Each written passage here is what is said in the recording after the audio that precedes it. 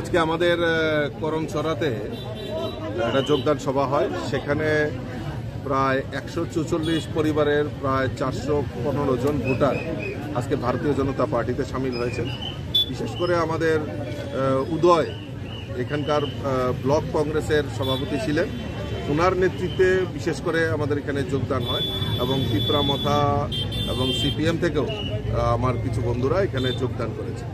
দেখুন, আজকে মোদিজির সংকল্পে ভারতবর্ষ যে বিকশিত জায়গায় পৌঁছে যাচ্ছে, আর ত্রিপুরা রাজ্যে বিশেষ করে আমাদের এই ডাবল ইঞ্জিনের সরকার, মাননীয় মুখ্যমন্ত্রীর নেতৃত্বে যে সরকার জনকল্যাণমুখী কর্মসূচি বাস্তবায়ন করছে, সে পাহাড়ে হোক আর সমতলেই হোক, তাতে মানুষ ভরসা রাখছে যে না, ত্রিপুরা রাজ্যে অন্য কোনো বিকল্প হতে পারে না ভারতীয় জনতা পার্টি। তাই দিকে দিকে ভারতীয় জনতা পার্টিতে সামিল হচ্ছে। আমি নবাগতদের স্বাগত জানাচ্ছি, অভিনন্দন জানাচ্ছি, শুভেচ্ছা জানাচ্ছি। স্যার, আরেকটা কোশ্চেন স্যার, কিরকম লাগতেছে আজকে জয়েনিংটা লইয়া? একদিকে নতুন বিজেপি সরকারের সাথে তীব্রমথা জয়েনিং করছে আজকে, এটার পরে আজকে বড় ধরনের একটা 48 করমছড়াতে জয়েনিং পাইতেছেন, কিরকম লাগতেছে স্যার?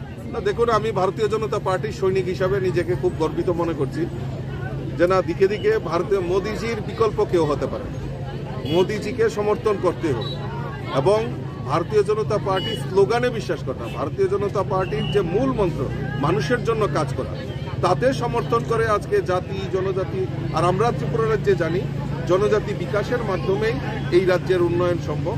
তাই দিকে দিকে জনজাতিদের আজকে ভারতীয় জনতা পার্টিতে যোগদান হচ্ছেন।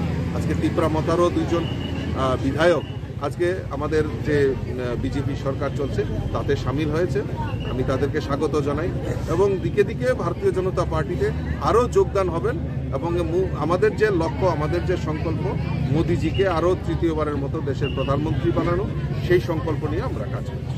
Thank you. কোন পার্টি থেকে? সিপিএম থেকে, দলের থেকে বিজেপি দলের সামিল হয়েছিল যোগদান দিচ্ছি। বিষয়টা বিজেপিতে জয়েনিং করাটা বিষয়টা আমার অনুমতি সরকারের ভালো লাগছে, এই কারণে আমি কোন জায়গাতে? বিরাশ মাইল পপার্স বাজারে। আপনার নাম? আরাধন দাস।